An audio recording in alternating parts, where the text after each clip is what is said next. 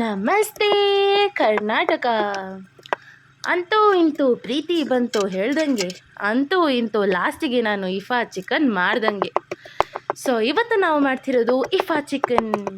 Internet ಎಲ್ಲರೂ ಮಾಡಿ ಆಯಿತು, ನಾನೇ ಲಾಸ್ಟು.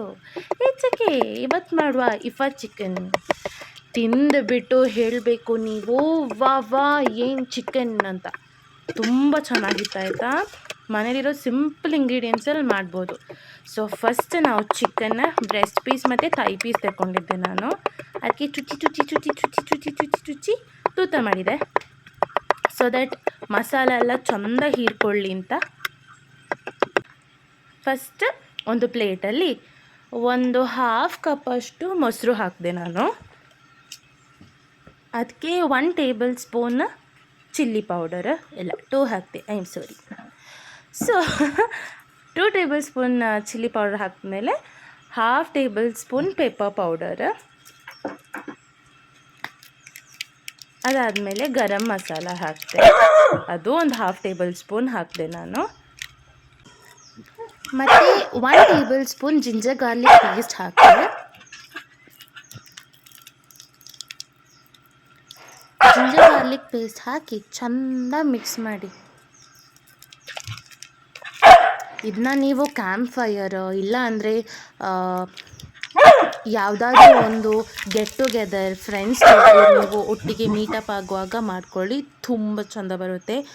ಆಲ್ಫಾಮ್ದು ಶಿಶಿ ಅಂತ ಅನ್ಬೋದು. ಇದನ್ನ ಆಲ್ಮೋಸ್ಟ್ ಸೇಮ್ ಆಲ್ಫಾಮ್ ಥರನೇ ಇತ್ತು. ಮತ್ತು ಚಿಕನ್ ತಗೊಳ್ಳಿ, ಅದಕ್ಕೆ ಒಳ್ಳೆ ಮಸಾಜ್ ಮಾಡಿ ನೋಡಿ. ಪಟ ಪಟ ಪಟ ಪಟ ಅಂತ ಮೆಲ್ಲ ಮೆಲ್ಲ ಮಾಡ್ತಿದ್ದೀನಿ ನಾನು.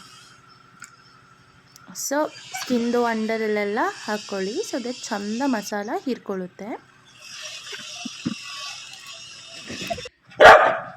ಮತ್ತು ಇದನ್ನ ಒಂದು ಹಾಫ್ ಆನ್ ಅವರ್ ರೆಫ್ರಿಜ್ರೇಟ್ ಮಾಡಿ. ನಾನು 1 ಫುಲ್ ಡೇ ಇಟ್ಟಿದ್ದೆ.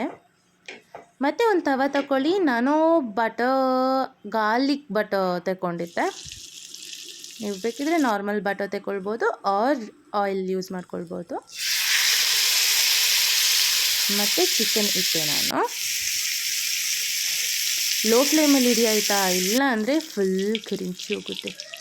ನಾನ್ ಸ್ಟಿಕ್ ಆದರೆ ಪರವಾಗಿಲ್ಲ, ಅಂತೂ ಲೋವಲ್ಲೇ ಇಡಿ, ಒಳಗೆ ತನಕ ಬೇಯಬೇಕಲ್ಲ ಅದು.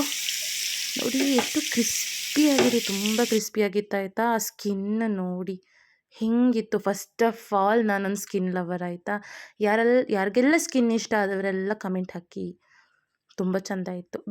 ಬೇಯುವಾಗನೇ ತಿನ್ಕೊಳ್ತಿದ್ದೆ ನೋಡಿ ಎಷ್ಟು ಕ್ರಿಸ್ಪಿಯಾಗಿದೆ ಅಂತ. ಏನು ಅಂದ್ಕೊಳ್ಬೇಡಿ ಆಯಿತಾ, ಅದು ಆಲ್ರೆಡಿ ಬೆಂದಿದೆ, ಅದಕ್ಕೆ ತಿನ್ಕೊಳ್ತಿದ್ದೆ ನಾನು. ತುಂಬ ಜ್ಯೂಸಿಯಾಗಿತ್ತು, ಮಸ್ತ್ ಇತ್ತು. ಮಾತ್ರ ಒಮ್ಮೆ ಆದರೂ ಮಾಡಿ ನೋಡಬೇಕು ನೀವು ಈ ಇಫಾ ಚಿಕನ್ನ.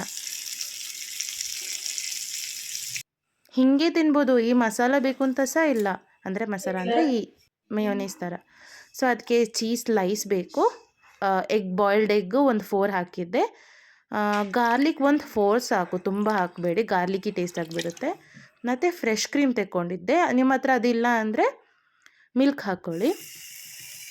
ಮತ್ತು ಆ ಚಿಕನ್ ಮೇಲೆ ಇದನ್ನ ಸ್ವಲ್ಪ ಹಾಕಿದ್ರೆ ವಾಹ್, ಸ್ವರ್ಗಕ್ಕೆ ಇನ್ನೇನು 3 ಸ್ಟೆಪ್ಸ್ ಅಷ್ಟೇ, ಹತ್ತಿ ಹೋಗುದೆ.